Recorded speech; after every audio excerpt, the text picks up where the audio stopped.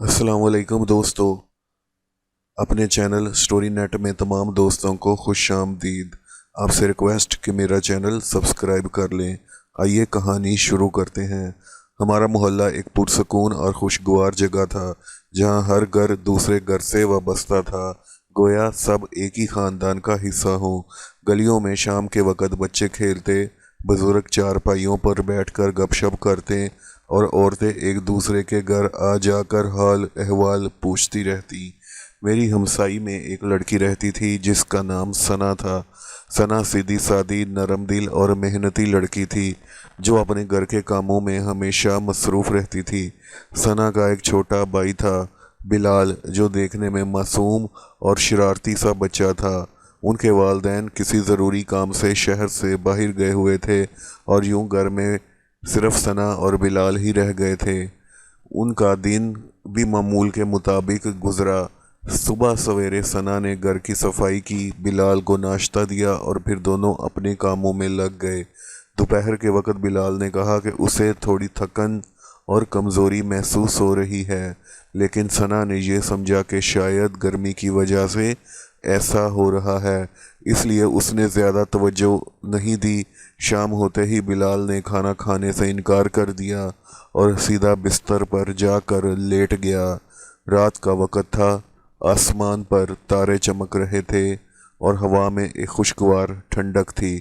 ثنا اپنے کمرے میں کچھ کام کر رہی تھی جب اسے بلال کے کمرے سے عجیب سی آواز سنائی دی۔ وہ فوراً اٹھی اور بھاگتی ہوئی اس کے کمرے میں گئی۔ بلال بستر پر کانپ رہا تھا اور اس کا جسم گرمی سے جل رہا تھا اور اس کی آنکھیں نیم بے ہوشی کی حالت میں تھی۔ ثنا نے فوراً اس کا ماتھا چھوا تو گھبرا گئی، کیونکہ اسے بے حد تیز، بلکہ حد سے زیادہ تیز بخار تھا۔ بلال، تم ٹھیک ہو؟ اس نے گھبراہٹ میں پوچھا۔ بلال نے کمزور آواز میں کہا، آپی، مجھے بہت گرمی لگ رہی ہے، سر بھی بہت درد کر رہا ہے، پانی دیں۔ ثنا نے فوراً پانی کا گلاس لا کر دیا، لیکن حالت بہتر ہونے کی بجائے بگڑتی جا رہی تھی۔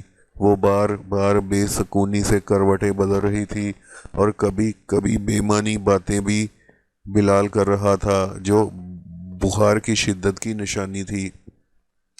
ثنا کا دل دہل گیا۔ گھر میں کوئی بڑا انسان نہیں تھا، نہ والد نہ والدہ، اور موبائل فون بھی چارجنگ ختم ہونے کی وجہ سے بند پڑا تھا۔